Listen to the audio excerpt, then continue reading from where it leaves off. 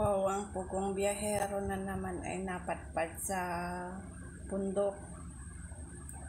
Sobrang hirap ng sasakyan na yan na lagi nilang ginagamit papuntang bundok pagka walang mga simento ang kanilang dinadaanan.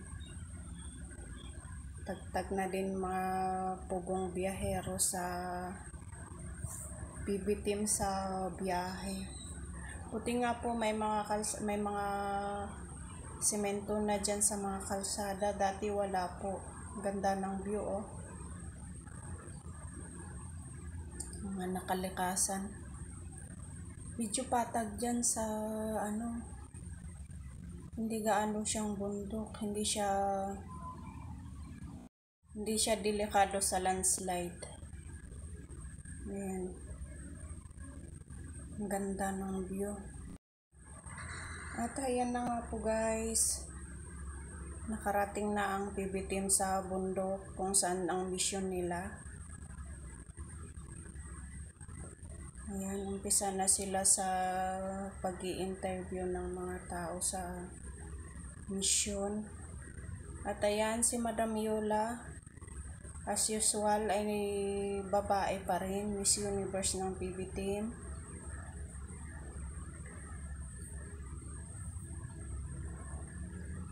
Pero kahit ganyan lang yan si Madam Yola ay may lakas din na umakyat ng bundok. Hindi siya yung ibang kagaya ng mga bakla na nakakapit sa takong ng kanilang mga suot na tsinelas, sandals. Ang ganda sana ng mamuhay dyan, kaso malayo sa mga cities.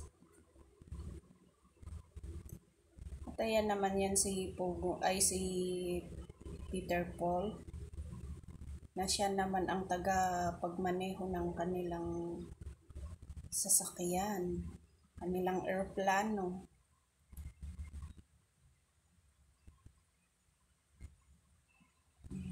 Ang ganda ng misyon. Pagdating sa ng hapon, pagod na ang katawan sa matagtag na ng sasakyan. At ayan na nga po ang drone. Ang ganda naman.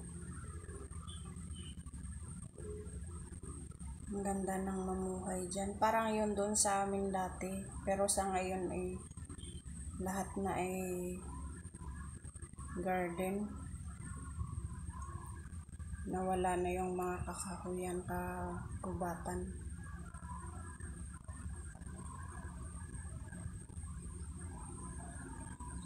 Ganda ng view.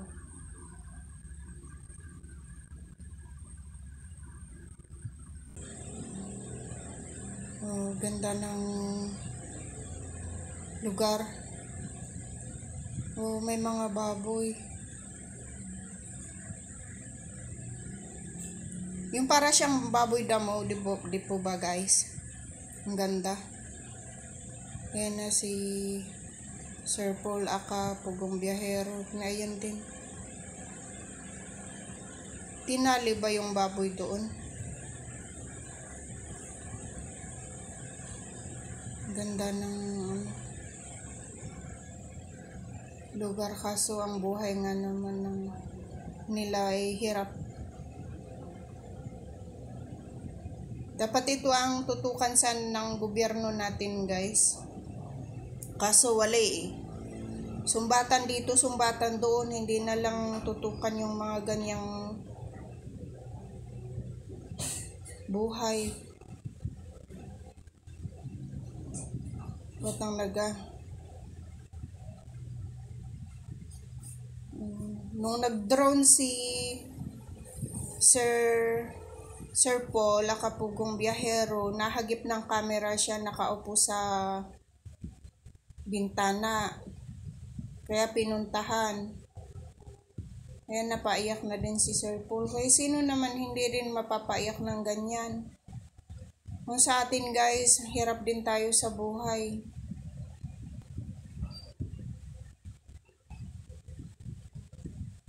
Mapapaiyak tayo ng pagkukwento kung naalala natin ang kahirapan ng buhay na wala din naman tayong magawa.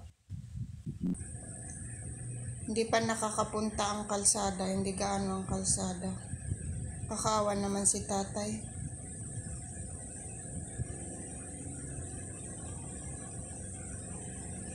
Walang ano yan sila, wala silang pinto. Bukas nakatiwangwang. Paano yan pagkapapasok ang wild animals? Yan nakatiwangwang lang yan sila. Ganyan yan sila natutulog. Ganyan ang buhay katutubo guys.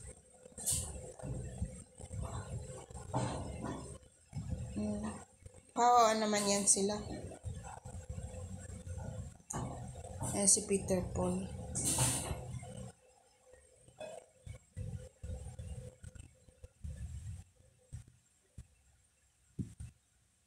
Ang hirap pagka may sakit ka tapos susuportahan. Paano mo susuportahan yung anak mo? Ibag-upload, hindi mo manatong Pakinggan po natin guys. apis na siya grado. Pero gani ang walay grado, bisag biala ka sa kuano, kalinan, mawa na ka. Pero nakay grado, bisag mato pa ka, bisag asa pa ka dito. Muna ang pangandoy na ako. Gani akong magwang ani, nako, karong grade 11 ay sa eskwela panarbaho sa. Kaya nga akong nakuna para po magdungan sila mag-eskwela sa sunod tuig o sa grade 11 na siya ikasuporta sa iyang mga kaya akong nauna murag klaro ang kap isang nanakay sakit akong gyapon ikaw gimagapon ti ka pa nga kung makaw man og eskwela nga makuha na ako akong pangarap nga pulis kuha na ka karong mahalo na junta ka.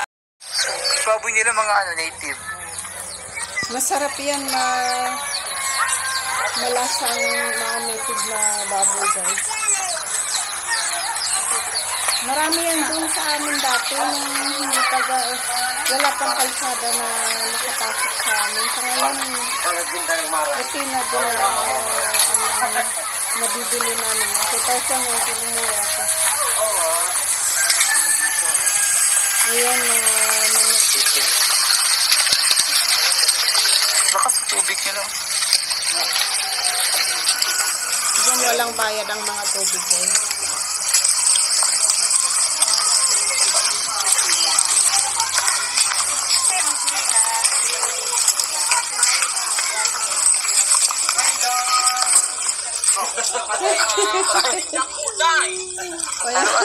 May nahagip din ng camera. Parang ako yung bata pa. Naka-hair clip. Ayan. Ay, akala nyo kayo lang ha. Ganon din si Ral. Ay, tara. Ay. So, expert. Marunong din yan naman yung gamot. sa magayos ng buhok guys. Yung gamot niya, hindi na naman. Expert na naman yung gamot niya. Double dose kaya natin to. Kulang kasi dahil. Kulang na maintenance. Ayan, ano yan? Orchids, wow, ang ganda naman. Si Peter Paul parang nagbebenta ng ano ba yun ang binebenta ni Peter Paul. Nagbebenta ng mga pa-beauty product.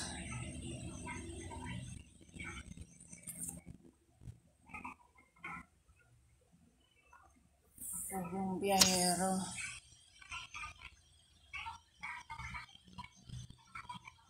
Palagi na naka-long sleeve, nakapantalon si Pugong biyahero guys. Nandala na siya nung na-dengue siya.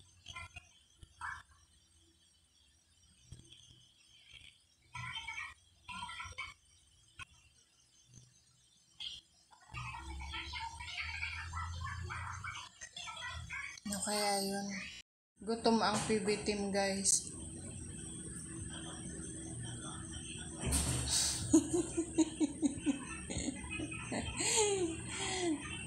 Luloko si Peter Paul. Ay.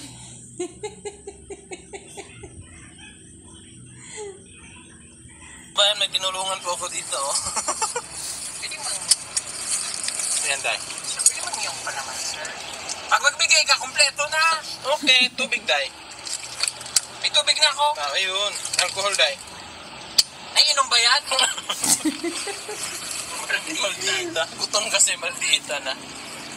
Yan, isang mabait na yan kasi nakakain na yan. Hindi tayo sure. Yan. Nakainom ng gamot pero kulang sa dosis. Yun. Yes, nakainom. Baka. Ayaw ko magpalaman din. Kasi pork yan. Pork na. Pork na yan. Tuna, spread. Ay, tuna di ay. May butang tuna. Ay. Ewan na. Luhuran, ika. Kiss na lang kami. Ay, madumi lagi mo alcohol. No. No. Explain mo dahil. Ito lang muna kami dito. Okay na naman napakain. Gutom ang PB team, guys. Kawawa American naman. tayo. Katapos ng tumulong, ayan, pagdating ng sasakyan, gutom, kain. Mamaya, impas. Ayan, maganda yan, nagbabaon. Kahit tinapay lang, ng Opo. gutom. Ha? Sarap pag ito.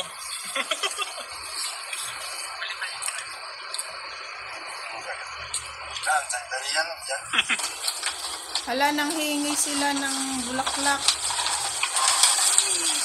Ayan. Isinako na.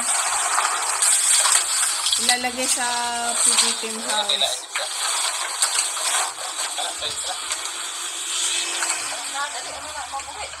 Ayaw na siguro ni nanay.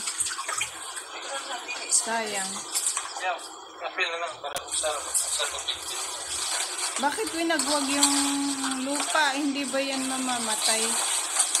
Dapat pati yung lupa kinuha na. Ano lang, sir? Apil ang ugat, sir. Oh, basta lang may ugat. Kanima, itanong ito ni Mao. Kamay may bilin. Inubos ng bulaklak ni nanay. Lutin mo. Dalhin mo. Kung kaya mo. Walang puste doon? Ito lang ang isa. Nang hihingi sila ng Asa ka ng puste? mga bulaklak. Bunutin daw. Bulaklak yan ng Kailan? ano sa amin kaya, yung tawag dito sa bukid. Yung pula na yun, hawak ni Sir Paul. Wag. Akapugong Asa man ba? bihero. Ah? Asa na?